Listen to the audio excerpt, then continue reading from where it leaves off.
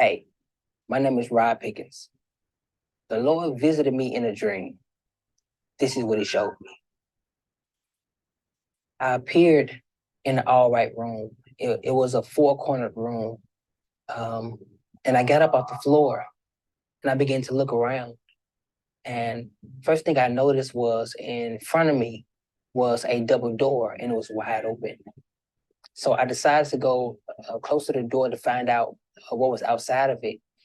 As I began to walk closer to the door, I noticed that outside of the door was like stars in the sky.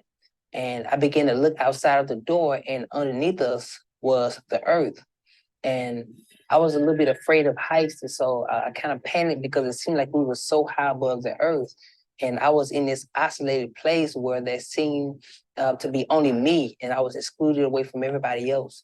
So I began to get afraid and I backed up because I didn't want to fall over. And when I blinked and opened my eyes, I noticed something, that the doors were slightly closing, really subtle that if you wasn't paying attention, you would overlook it. And so I stepped back and I blinked again and I opened my eyes again. And I noticed that the doors were almost closed. And I began to get afraid and I began to cry out to God, God, help me, save me. I don't want to be locked up here. You know, I was really afraid. And the word of the Lord began to speak to me. And he said, son, the doors that you see are the doors of salvation. And he said, the doors of salvation are closing. And he began to minister to me. He said, son, what you do for me, do it quickly. For the doors of salvation are closing. He said, I want you to tell my people the doors are closing.